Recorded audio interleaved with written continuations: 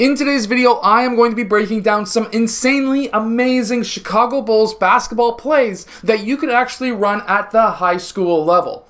Let's get down, let's check these out. I think that these could actually really help every team win more games.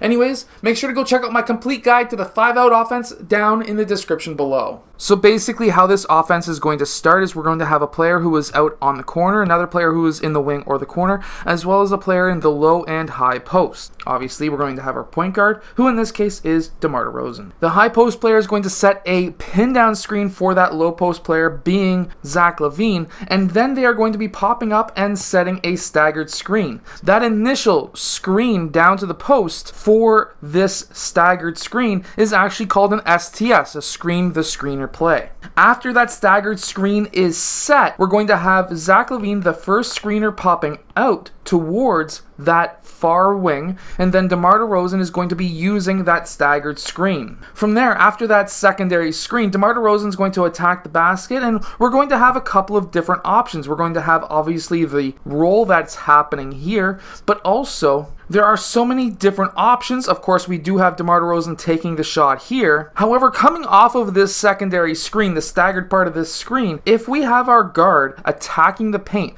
drawing in these multiple defenders, we could have the corner player pop up to the free throw line extended, and at that time, we'll have the ability, if this player is popping, to be able to kick out that ball for the 3-point shot. So there is multiple options. If you're playing against a zone, that is definitely an option that's going to be open for you. So basically what we are going to have is player 5 setting that pin down screen for player 4. Player 4 is going to then use that screen and then set a staggered screen with player 5 for player 1. Player 1 is going to come off of that staggered screen, and I always personally prefer that first screener rolling towards the basket. That's just something that I personally like on a staggered screen, but we don't see that here. Player 4 actually popped out, and then we had player 1's defender, DeMar DeRozan's defender, cutting in, or at least going over top of the screen, which means that this player who's using that screen needs to cut in quickly. And of course, when that happens, we may have the option for the roll. If the option for the roll does happen and he gets that ball and a help side defender comes out, if player 4 doesn't sink down to protect both of these players, then what will happen is player 5 could kick it out for a 3-point shot. And that's definitely a viable option, mainly because player 4 is just coming off of that staggered screen here, so this defender is not paying attention to what's happening down here. And because of that, you will find that this option does present itself quite often. However, when you're attacking, and let's say player 5 was not necessarily hedging all that well, and we have player 1 putting his defender in jail, this would then potentially, at the high school level especially, draw in player 2 to cut off that drive. In which case, if player 2 rose up to the free throw line extended, this could be an easy kick out for a 3-point shot, which is what I was mentioning before. This is actually a very interesting 1-3-1 offense,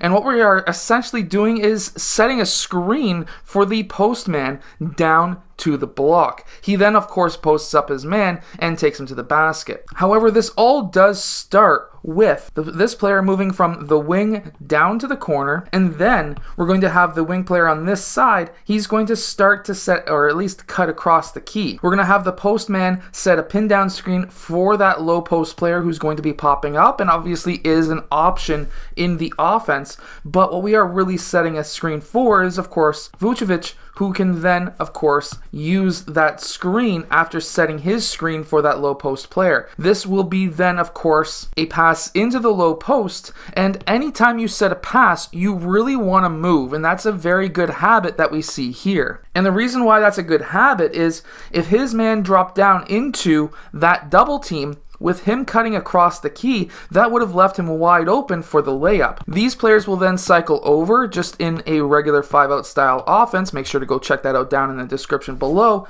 And then we'll have that player who's cutting across pop out towards that corner. His man then does leave him, but the defense is very well set for the help in case he was to kick it out, but he took it to the rim anyways. So basically what we are having here is player 2 cutting down, player 5 setting that pin down screen for player 4, player 4 popping up, and of course could be an option. However, if that's not an option that's open, we're going to have player 1 dribble out towards this side, the back screen for player 5, and what we are really actually hoping for is that switch to happen, because if that's going to happen, it's definitely going to be a fantastic mismatch down low, especially when player 2 pops out. That's going to really clear the side, and of course, whatever happens, especially if there was that switch, we're going to see most likely player 1 sinking down, player 5 and 4 and 3, of course, protecting the paint, at least in a man-to-man. And after that pass into the post, you will see player 1 cut across the key, and that's actually a very good skill and habit to have, because this could open him up for a lot of layups. If that's not there, then what we're going to have, of course, is the cycle through where player 1 will then pop out, and of course if this is a double team, then that's just going to happen. If not, then in that case, then we'll just have the defense set very similar to like this, where now he's taking his man one-on-one to the basket. This is another fantastic play that you could run, and what we're going to have is essentially a pin down screen for the post player. He's going to be popping up and could be an option up top. This is essentially a box offense anyways. We're going to have Patrick pop out, and then the high post player on this side is going to be setting that screen on the ball handler. When that happens, of course, depending on what the defense does, he could just take it to the rim. But there are a lot of options here. So, of course, we do have one option popping up for a three-point shot, but that's being really tightly covered and extremely good defense on the Raptors side. Raptors have really good defense.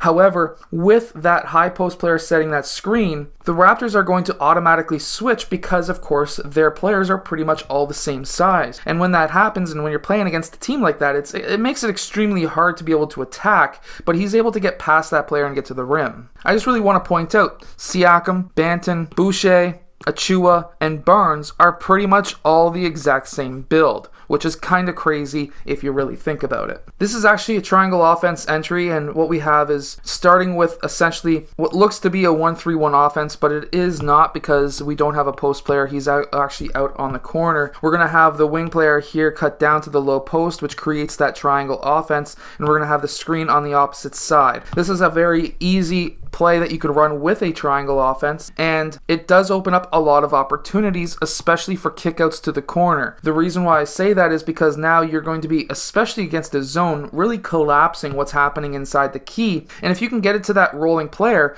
you're going to be drawing up a lot of eyes, and if you've got a really smart corner player who can cut back door and the postman pops out, that's going to give you options to be able to hit that cutting player along the baseline. Of course, we don't see that here, but it is an option in this offense. I personally absolutely love the triangle offense, but I have a new love of the 5-out, so definitely go check out my complete guide to the 5-out basketball offense down in the description below if you're looking for a simple offense that you can scale to whatever age group that you coach. I hope that you've enjoyed. Hit that like button, subscribe, and I'll see you guys again next time.